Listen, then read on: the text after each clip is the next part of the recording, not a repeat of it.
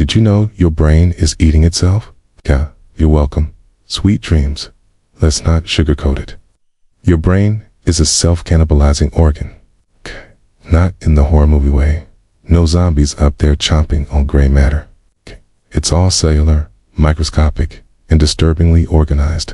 The sciencey term for this is phagocytosis, from the Greek phagene, meaning to devour. Sounds delightful already, doesn't it? Specialized cells in your brain, particularly microglia, are basically the cleanup crew, except instead of sweeping the floors, they're devouring your brain cells with gusto. These are your brain's janitors and assassins, rolled into one. They eat debris, damaged cells, and even functioning synapses when necessary. Yes, your brain has spring cleaning every single day. So who are these microscopic monsters? Microglia are like the immune system's undercover agents inside your brain. They monitor neural activity, detect problems, and then when they spot a neuron acting shady, they don't file a report. They just eat it.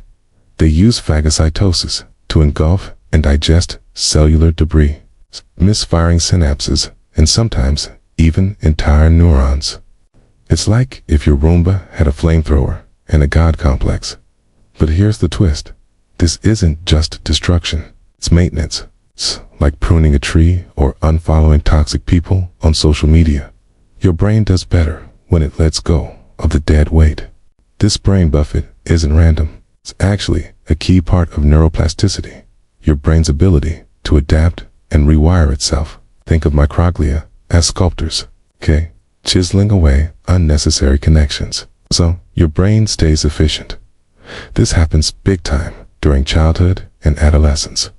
It's why teenagers go from wild imaginations to, well, still being chaotic, but in more focused ways. Their brains are literally being remodeled, with microglia pruning away excess synapses like overzealous gardeners. Even as adults, synapses you don't use get marked for deletion. Use it or lose it isn't just a saying. It's your microglia's motto. They're constantly deciding which neural pathways deserve to stay and which ones get the axe. Your brain starts with way more connections than it needs, like a rough draft with too many words. Microglia are the ruthless editors, cutting out the fluff to make your thoughts sharper, faster, and more precise. So the next time someone tells you to use your brain, remember, it's already using itself, literally, consuming its own cells to stay in peak condition. Your brain is both the chef and a meal, and honestly, that's kind of metal. Don't use get marked for demolition, like that guitar solo you learned once in 2004. Yeah, your brain might have eaten that already. Use it or lose it, okay? And if you don't lose it, microglia will handle that for you. Now, here's the nightmare fuel.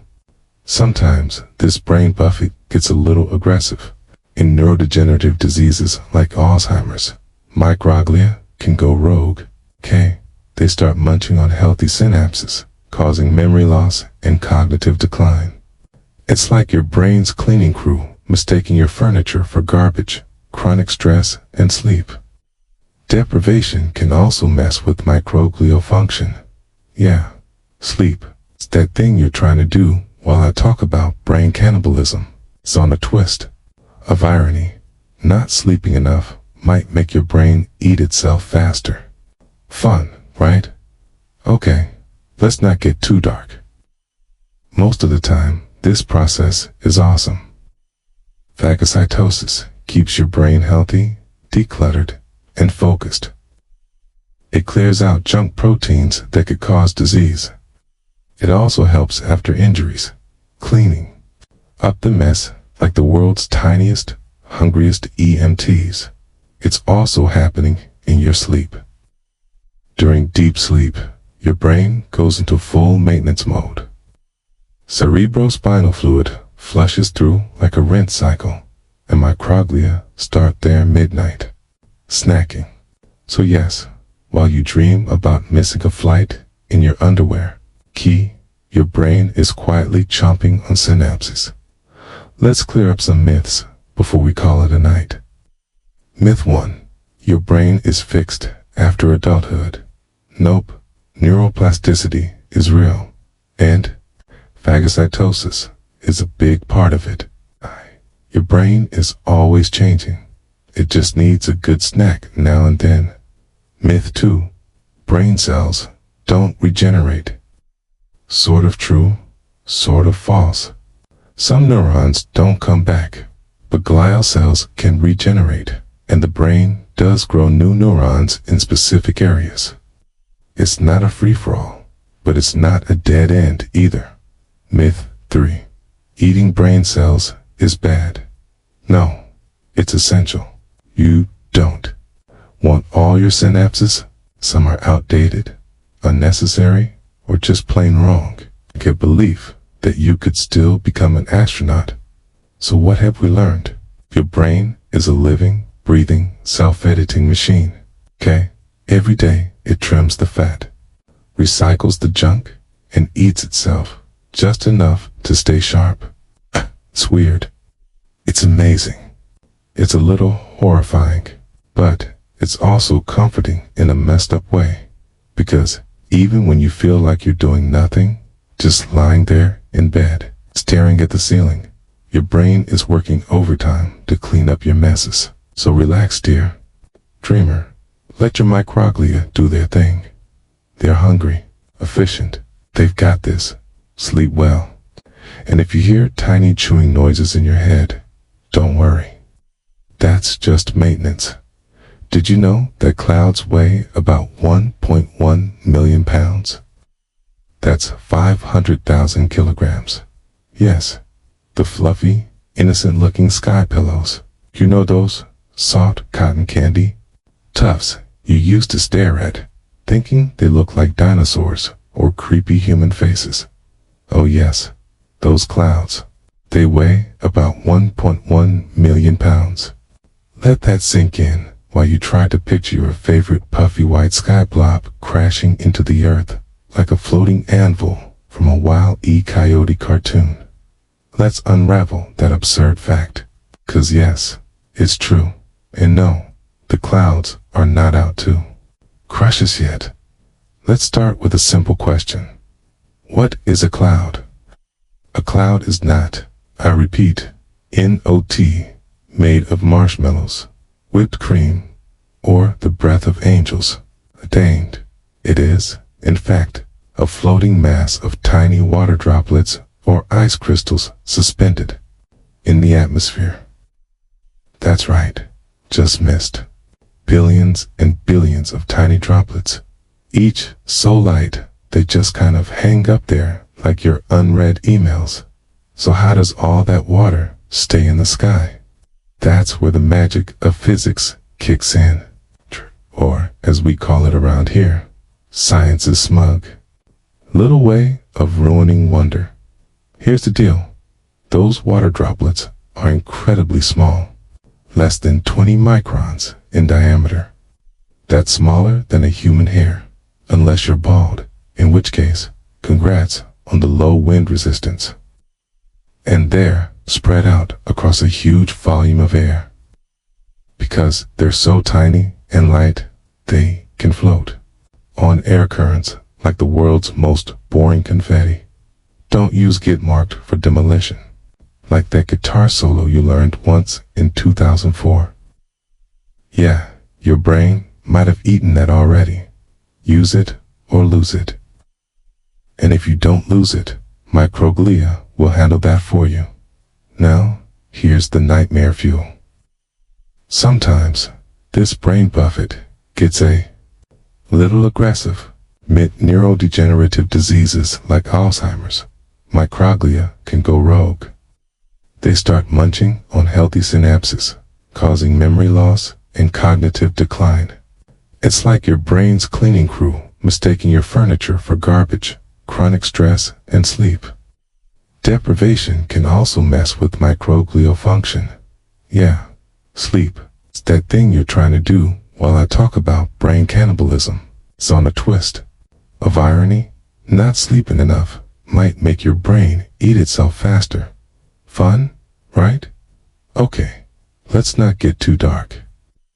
Most of the time, this process is awesome. Phagocytosis keeps your brain healthy, decluttered, and focused. Clears out junk proteins that could cause disease. It also helps after injuries, cleaning up the mess like the world's tiniest, hungriest EMTs. Did you know that bananas are radioactive? Yes, the innocent yellow fruit in your kitchen is technically a source of radiation, the same stuff that powers nuclear plants. But before you panic or write a letter to your grocery store, let's break it down. Bananas are full of potassium, and potassium is essential for your health. It keeps your heart beating, your muscles moving, and your brain firing. But not all potassium is created equal. A tiny fraction of it exists as potassium-40, a naturally occurring radioactive isotope. That means every time you eat a banana, you're ingesting a teeny tiny dose of radiation. How much radiation are we talking? Let's put it in perspective. The dose of radiation from one banana is about 0.1 microsieverts. That's a millionth of a sievert, the unit we use to measure radiation exposure. To compare, one chest x-ray is about 100 microsieverts. A cross-country flight is roughly 40 microsieverts. And living near a nuclear plant for a year gives you just as much radiation as eating one banana. You would need to eat 10 million bananas at once to get a fatal dose, which is a lot and more concerning for digestion than radiation. Scientists, being the nerds we love them for, have even invented something called the banana equivalent dose, BED. It's a tongue-in-cheek way to explain radiation exposure to the public. If someone says you got 3 bananas worth of radiation, it means about 0.3 microsieverts. It's not harmful, just quirky. Unfortunately, this has also led to a lot of confused headlines and jokes about radioactive snacks. No, bananas won't mutate your DNA unless they fall off the tree and hit you very, very hard. Why are bananas so special? Bananas aren't the only radioactive food. They're just the most famous. Other foods that contain potassium-40 or other naturally radioactive elements include potatoes, carrots, beans, and Brazil nuts, which are actually worse than bananas. But bananas have the right combination of cultural familiarity, potassium content, and comedic potential. They became the poster fruit for edible radiation. Bananas have been around for a long time. The earliest domesticated bananas date back over 7,000 years, originating in Southeast Asia, specifically in regions of modern-day Malaysia, Indonesia, and the Philippines. These early bananas were full of seeds and nowhere near the smooth, seedless snack we know today. Over centuries, humans selectively bred bananas for their soft flesh and minimal seeds. The variety most of us eat now is called the Cavendish, which took over global banana markets after a fungus wiped out its predecessor. The Gros Michel. In the 20th century, bananas became especially popular in the 1800s, when refrigerated shipping made it possible to transport them around the world. By the 20th century, they were everywhere, tasty, easy to eat, and weirdly shaped, just enough to be fun. Their rise in the West also came with a darker history.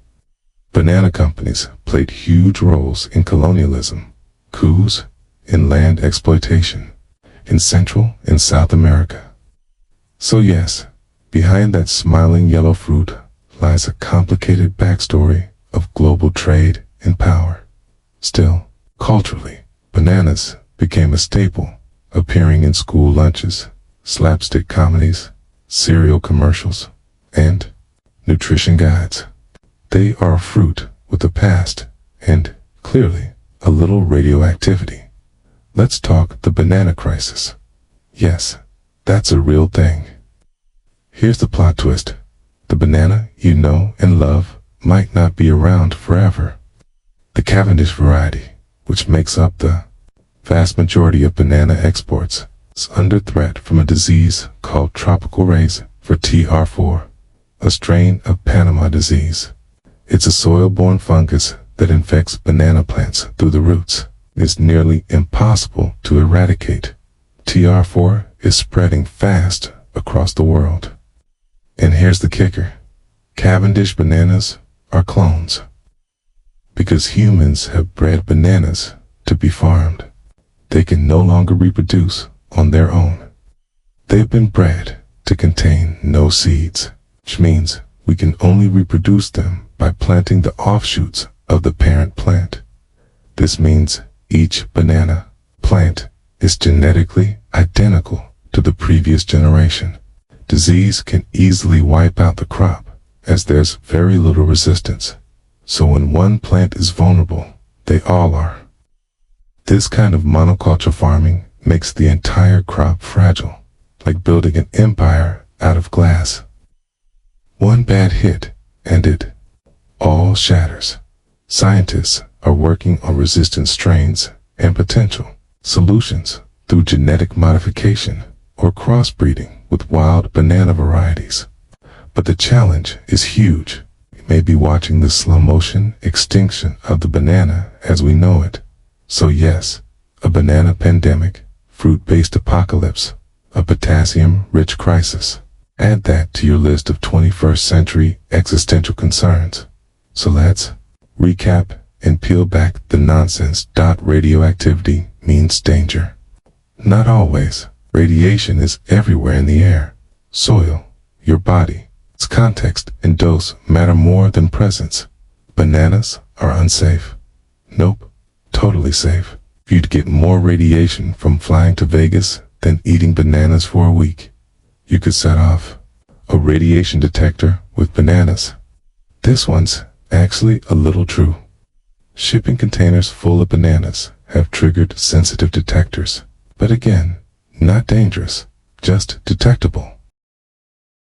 Did you know that animals can experience time differently from humans?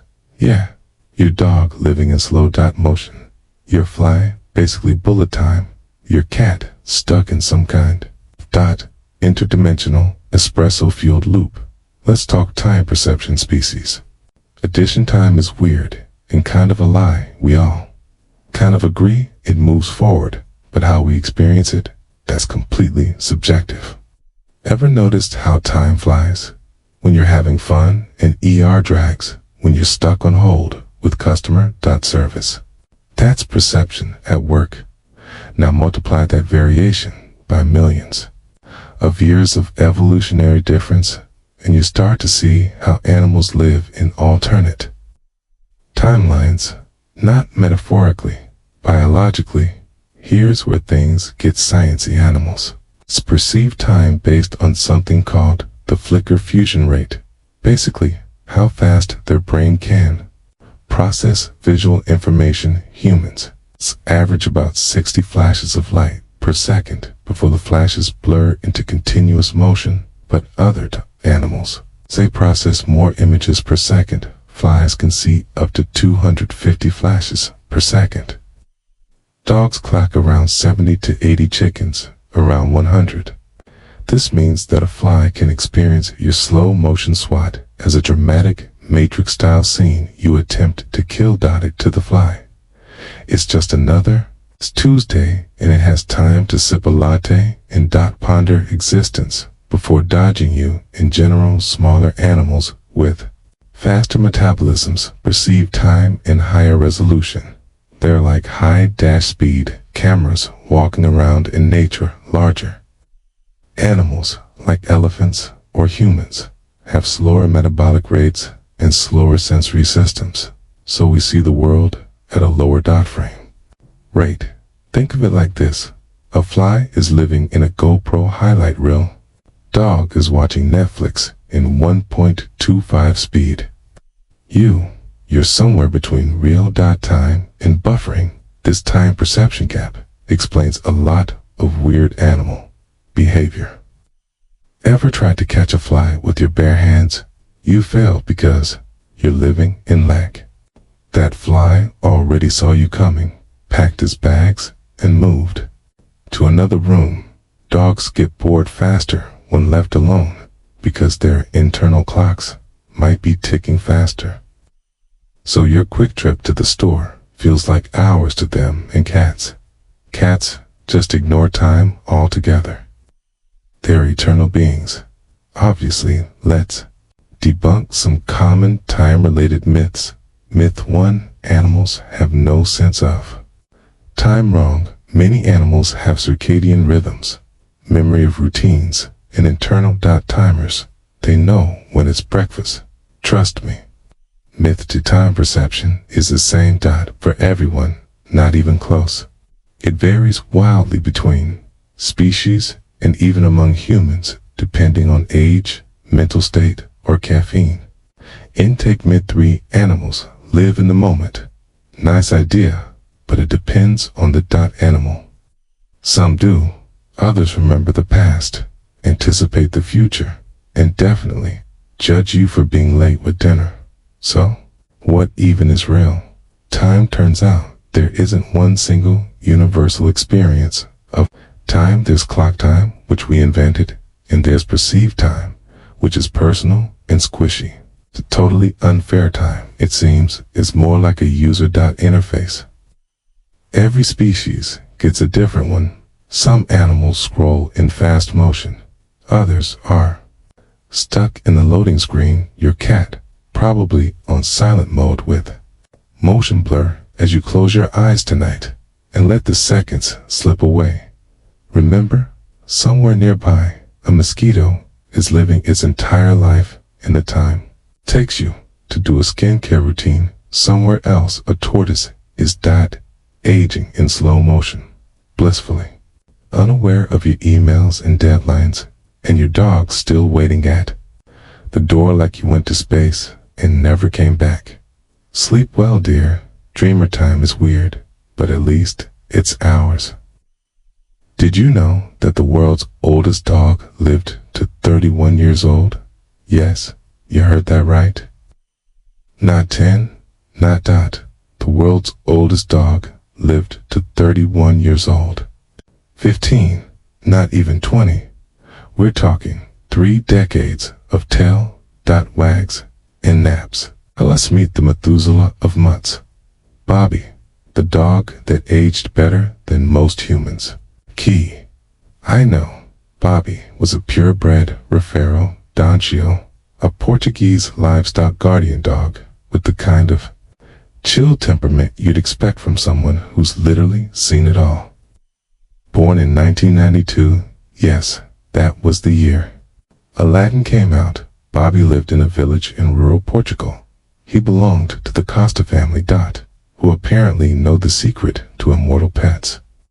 He passed away in October 2023 at the ripe old age of 31 years and 165 days, though the Guinness World Records certified him at 30 years and 266 days. When they showed up with their clipboard in disbelief, most dogs, depending on breed and size, live between 10 to 15 years, giant breeds closer to 8 or 9. So, how did Bobby casually triple that? There are several theories. Diet. Bobby ate what the family ate. Real food, no processed kibble. We're talking rice, meat, and vegetables.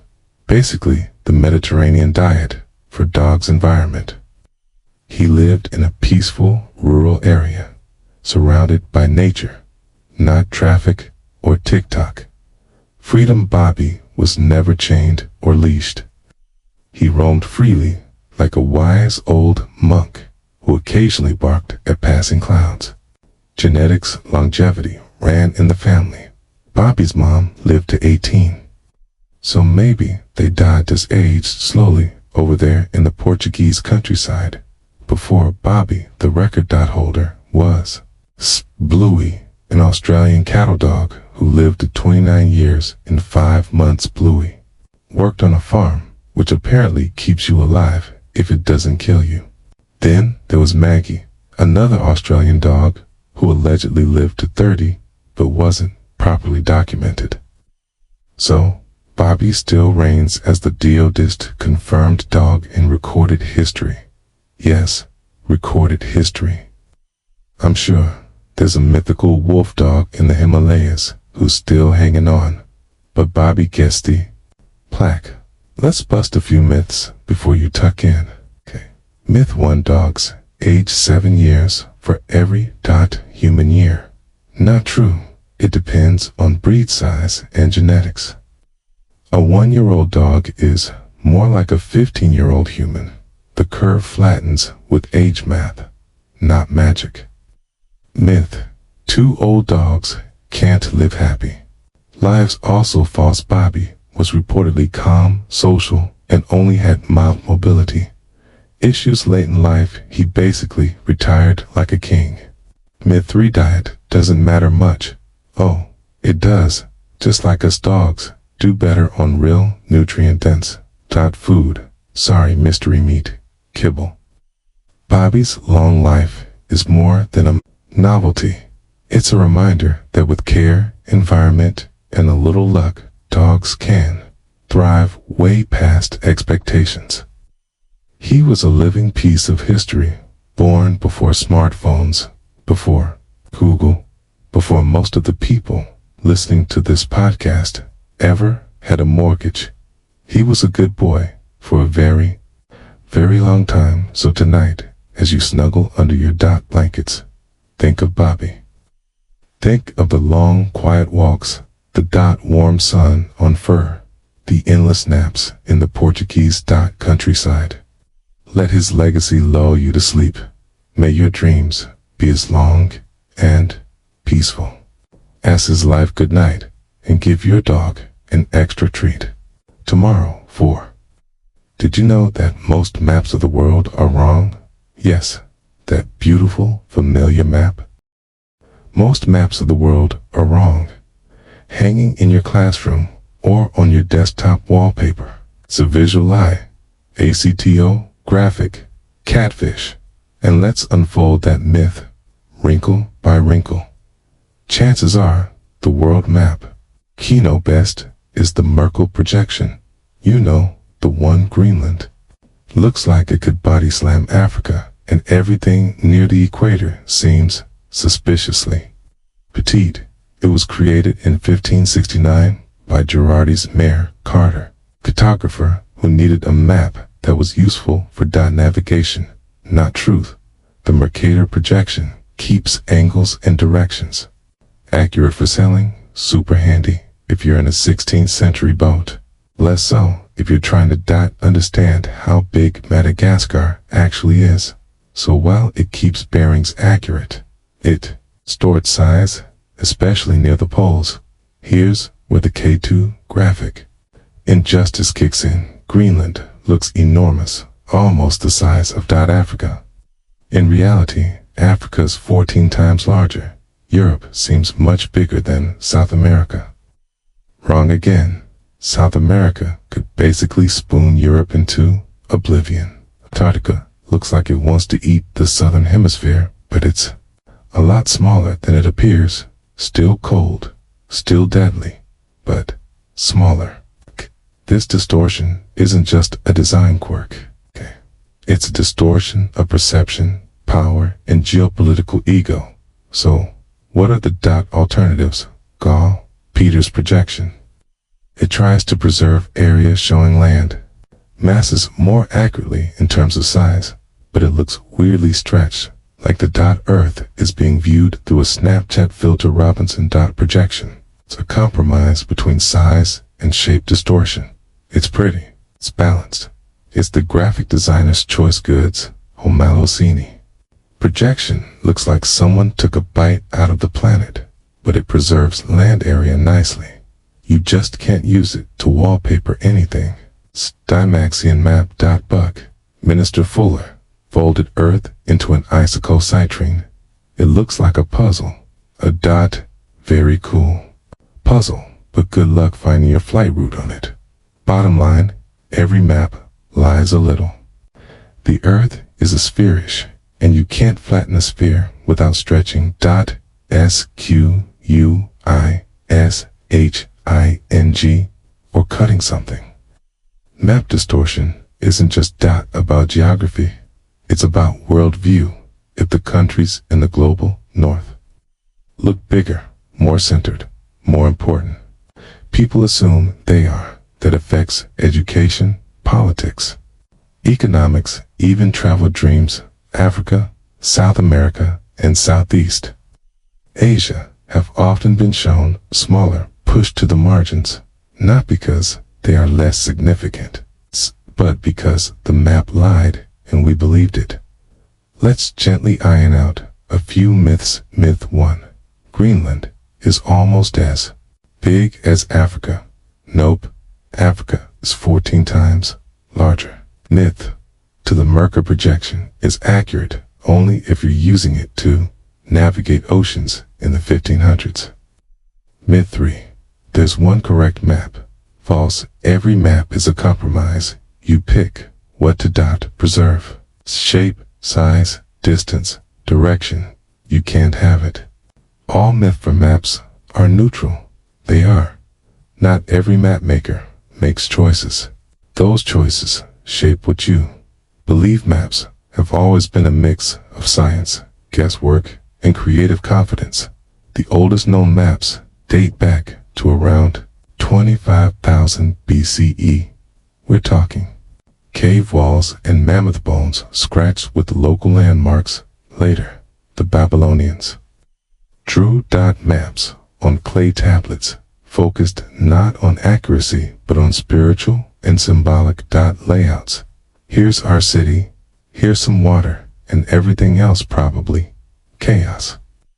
In ancient Greece, Eratosthenes is around 200 BCE calculated the Earth's circumference with remarkable precision using shadows and geometry.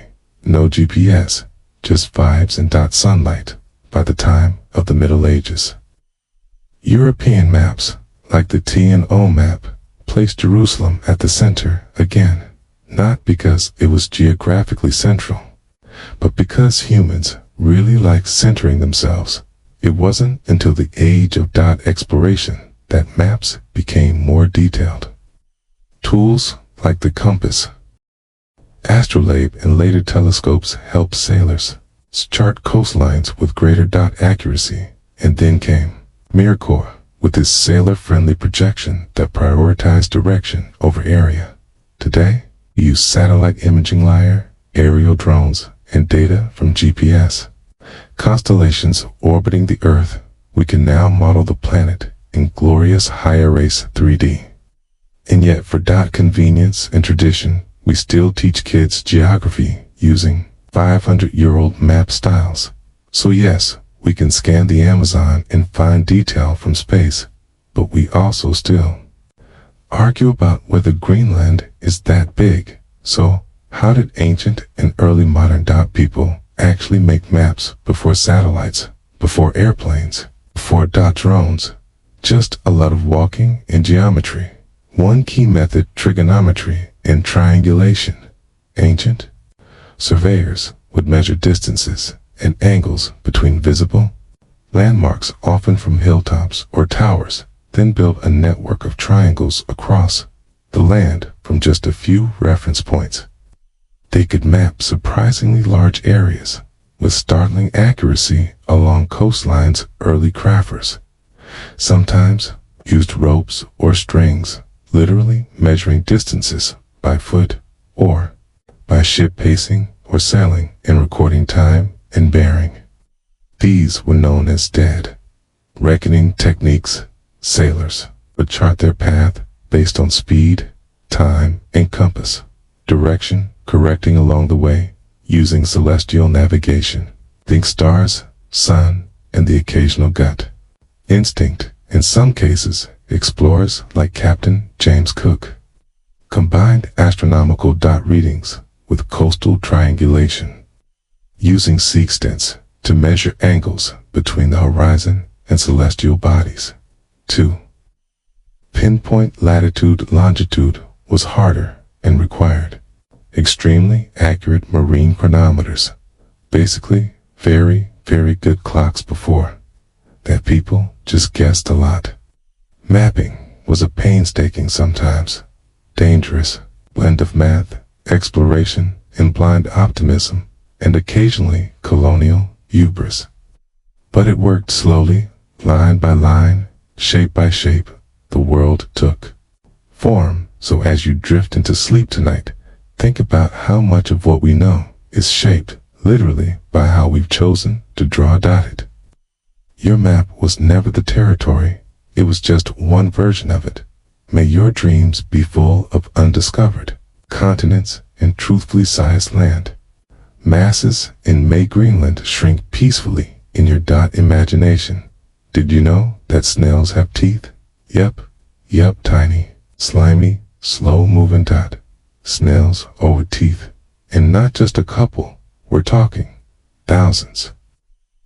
Let's get into the mouth of this mystery. So you're picturing a snail kind of harmless moves like molasses eats leaves, basically a garden booger with ambition. Now zoom in on its top face. Inside that unassuming mouth is a conveyor belt of microscopic teeth arranged in rows. Scientists call it ARADULER.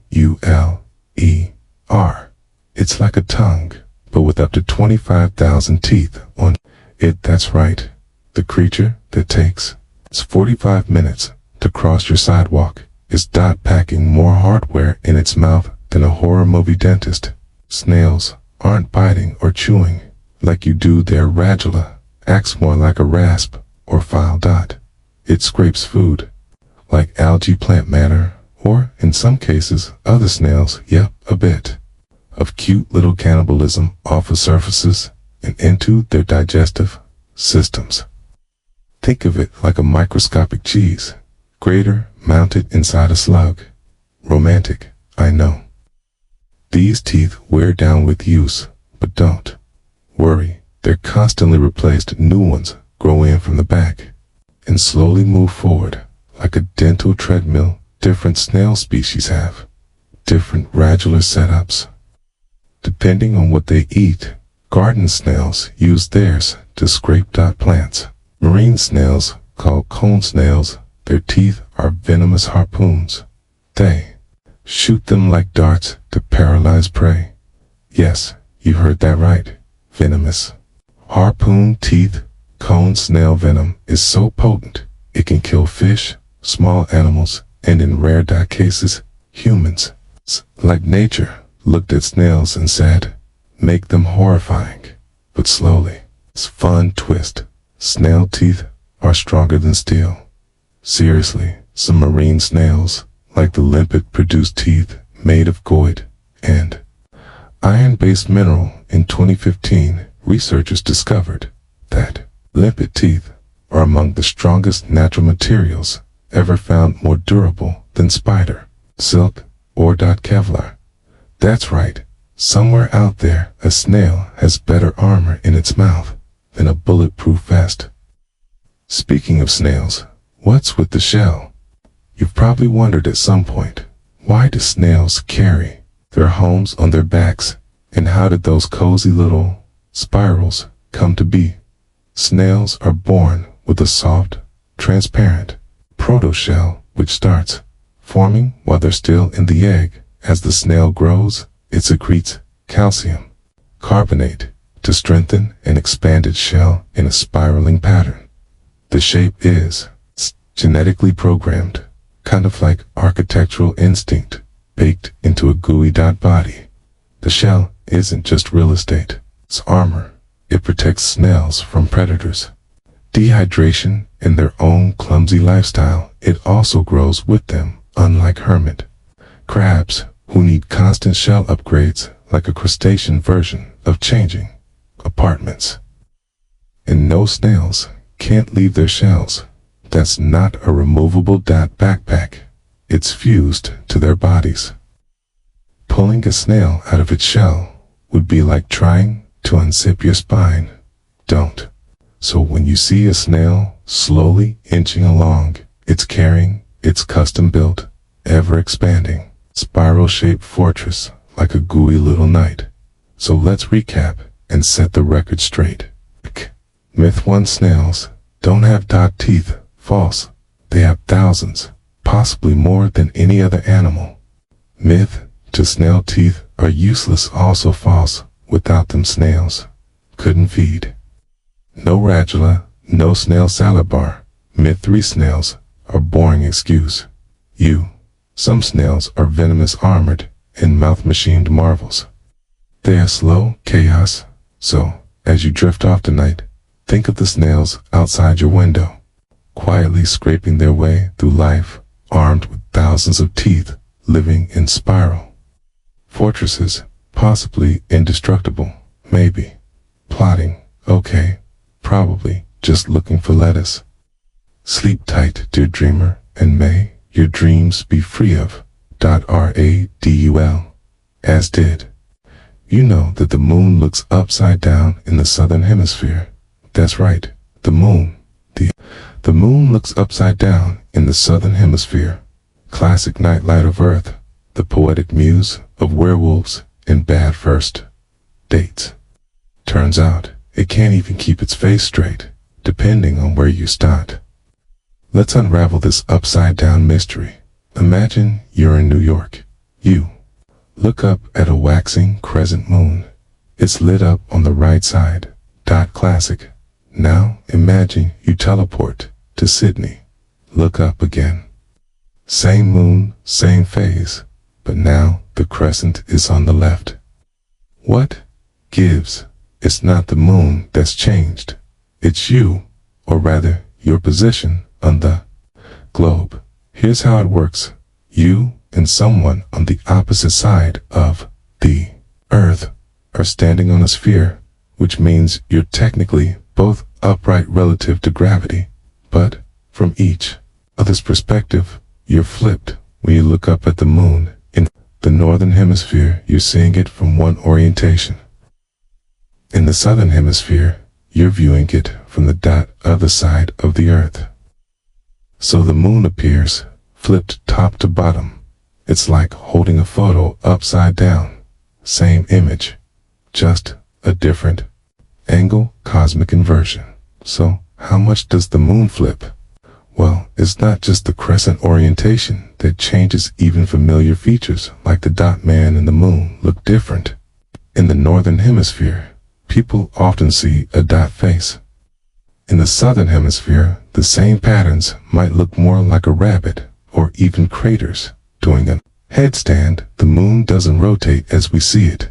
Its one face is always facing Earth, thanks to something called tidal locking. Our perspective as Earth.huggers shifts as we move north or south. Oh, and bonus. Confusion. In the northern hemisphere, a waxing moon lights from right to left, and in the southern hemisphere, it waxes left to right. So, if you've ever tried to explain moon phases to a pen pal in Argentina while sitting in Canada, yeah, it gets messy. The moon phases stay the same globally, but how they're oriented in the sky is what does the big dramatic flip. It's all about where you're standing and how you're tilted. So as you lie back tonight and gaze at the moon, whether it's smiling from the right, okay, or glowing from the left, remember this: there's someone else on the other side of the world. It's looking at the same moon, seeing it completely differently. It's a gentle reminder that perspective matters. Did you know that the longest anyone has held their breath underwater is over 2.5 minutes? Yes, 24.5 minutes without breathing underwater voluntarily. Not in a coma, not in cryogenic stasis. Just a person underwater holding on like a lung-powered monk. Let's dive into the deep blue oxygen-deprived world of record-breaking lungs. Let's meet the human submarine. The record belongs to Budar Sot, a Croatian freediver and former martial artist who turned his focus from dot punches to pool-based endurance on March 27, 2021, in Sisak, Croatia. Sabat submerged himself in a tank and resurfaced 24 minutes and 37.36 seconds.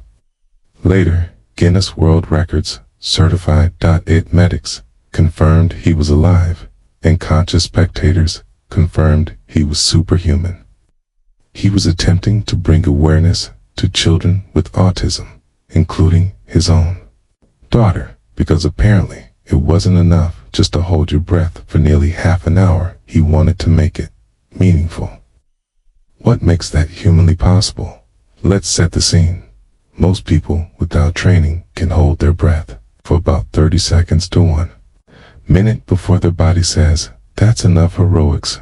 Trained freedivers with rigorous physical and mental preparation can push that to 4 to 7 minutes. At 0.24, that's in another league. This level of performance is made possible through a method called static apnea with oxygen assistance. Before the attempt, Sabat spent minutes breathing pure oxygen to supersaturate his bloodstream. This delays the buildup of carbon dioxide, the true trigger for your brain's breathe now response. It's like giving your body an oxygen savings account, one you withdraw from while floating motionless like a Zen koish. When you hold your breath, 3 main things happen.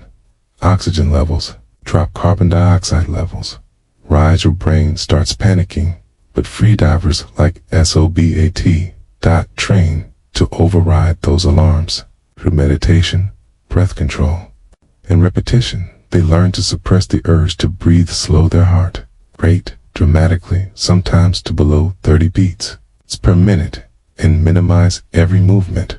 To conserve energy, it's a kind of self-induced, semi-conscious state that borders on hibernation. Is not about lung size, it's about calm, efficiency. Letting go of everything except the one rule: don't breathe. Yet, freedivers follow strict routines. Long-term training includes CO2 tolerance tables, repeated breath hold intervals to train resistance to carbon dioxide buildup, O2. Optimization tables designed to improve how efficiently the body uses and stores oxygen. Static apnea sessions, lying in pools, staying still, training the mind to outlast the body. But the real secret weapon, mental discipline. Fear is your worst enemy when you're underwater with no air. The moment your brain believes it's in danger, your heart rate spikes, oxygen use increases, and blackout approaches. Staying mentally still, without distraction, without panic, is the ultimate skill. It's worth noting, there are different freediving records. Assisted static apnea with oxygen. K. This is the 24.5 minute record category. Unassisted static apnea, no oxygen prep. K. The record here is 11 minutes and 54 seconds, held by Branko Petrovic. Dynamic apnea, holding your breath while swimming horizontally, constant weight holding your breath while diving vertically without changing your weight or pulling on a rope. Each variation pushes the body differently. Each one reveals something remarkable about human physiology. Now, a friendly warning: this is not a party trick. Breath holding is risky. Risks include blackouts from sudden oxygen loss, brain damage due to hypoxia, drowning, especially in unsupervised environments. Even elite divers have died while pushing limits.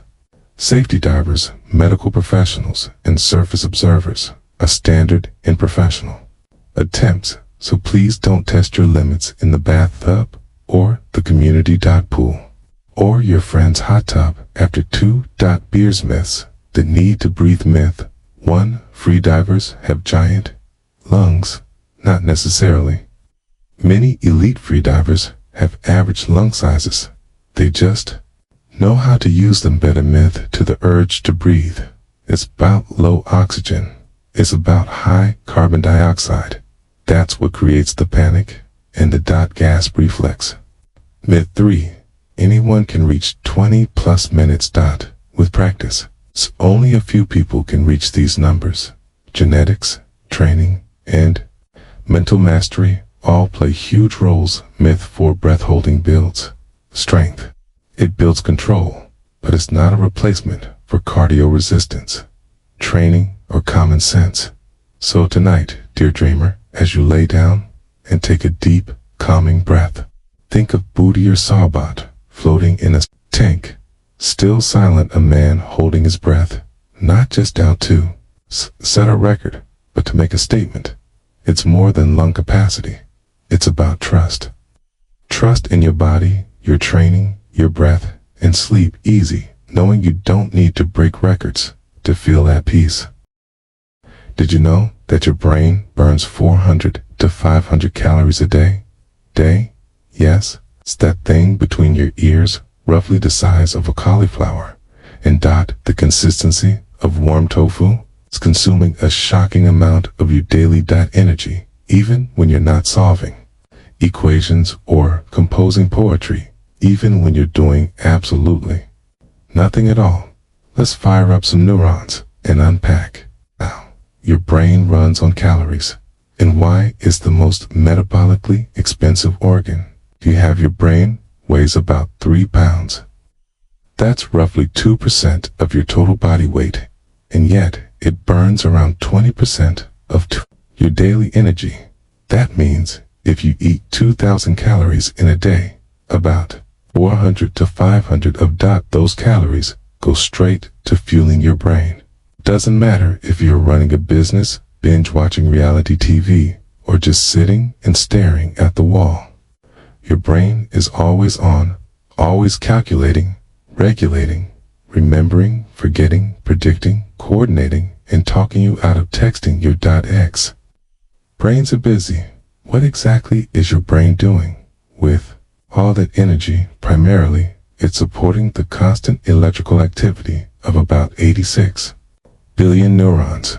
Neurons use electrical impulses and chemical signals to communicate. Every single thought, memory, twitch, or dream is made possible by a flurry of activity at the cellular level. Ions moving across membranes, neurotransmitters being released and reabsorbed, and synaptic connections being strengthened or pruned. The majority of your brain's energy is used to maintain something called the resting membrane potential, essentially keeping neurons ready to fire. Just being ready costs energy, like a Formula One car idling before the race. Let's break it down further. 44% of the brain's energy goes to default mode network activity, your brain's background operations, like daydreaming, wandering thoughts, and the mental equivalent of idle screen savers. 25% goes to task execution, focusing, planning, solving problems, and regulating your emotions when someone cuts you off in traffic. 12% is used for memory systems, forming, accessing, and maintaining your experiences. The rest, housekeeping, cleaning up cellular waste, regulating internal temperature, hormone communication, and other autonomic functions. So no, you're not burning 500 calories. Solving Sudoku, you're burning it just being alive and conscious. If you think your adult brain is calorie hungry, wait until you hear what's happening in children between ages 4 and 5. A child's brain uses up 2.66% of total energy expenditure. That's right, 2/3 of a toddler's energy is going straight to that rapidly developing sponge-like brain. That's why kids crash hard after mental stimulation. Why they seem to burn through food like tiny fireballs. Their brains are in mode, building trillions of connections per day. This is also why kids can sometimes be utterly irrational. Their brains are consuming massive energy, but the higher executive functions are still under construction. Does thinking hard burn more calories? Yes, but not as many as you think. There's a popular myth that doing a math test or having a tough conversation will drastically increase your brain's calorie burn. For example, chess grandmasters in tournaments have been found to burn up to 6,000 calories a day. But this is due to a mix of stress, adrenaline, reduced movement, and intense prolonged concentration. The average person reading, writing, or doing normal cognitive tasks might burn an extra 10 to 20 calories in hours. So no, you can't think your way thin, but you can exhaust yourself mentally. The brain's favorite fuel is glucose, carbohydrates. You eat are broken down into glucose, which circulates in your blood and crosses into the brain. Unlike other organs, the brain can't store glucose. It needs a steady supply. That's why low blood sugar can make you feel foggy, dizzy, irritable, or forgetful. In extreme cases like starvation or ketogenic diets, the brain can adapt to run on ketones, a secondary fuel source made from fat, but its favorite snack, still good old-fashioned sugar. You'd think your brain powers down at night. Not so during sleep. The brain is still hard at work, sorting and consolidating memories, cleaning out toxins via the lymphatic system, regulating hormones like melatonin and cortisol, dreaming. This means your brain burns nearly as many calories during sleep as it does during wakefulness, just slightly less due to reduced sensory input and motor activity. So yes, technically, sleeping burns calories, including brain ones. Can you boost brain burn kind of activities that demand focus, learning, and sustained attention? May marginally increase your brain's energy needs. Learning a new language, playing an instrument, solving puzzles, or doing math, deep reading, or intense writing. These won't dramatically boost your daily calorie burn, but they do engage more parts of the brain, requiring greater connectivity and communication between regions. Plus, they promote neuroplasticity, which helps maintain cognitive health into old age. Think of it as mental cardio, not for weight loss, for brain gains. Myths that need to be forgotten. You only use 10% of your brain. False brain scans show activity across all regions, depending on the task. Thinking hard burns hundreds of extra calories. False, the increase is small, but real fasting turns your brain off. Not exactly. Your brain adapts by switching fuel sources, but prolonged deprivation can impair cognition. Brain cells don't regenerate. Also false. We now know the brain can grow new neurons, a process called neurogenesis, especially in the hippocampus. So tonight, as you close your eyes and try not to think about whether you left the stove on, remember this: your brain is still working, still burning, still alive, with little electrical storms.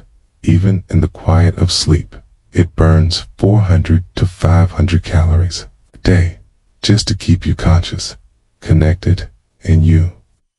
So sleep well, knowing that even when you're doing nothing, your brain is still doing everything.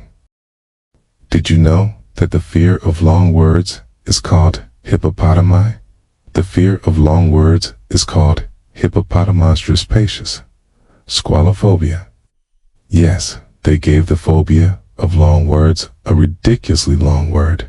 No, we don't know who hurt the psychologist, who named it, but clearly someone did. Let's try to break this monster down, or better yet, avoid saying it at all if you actually have the fear.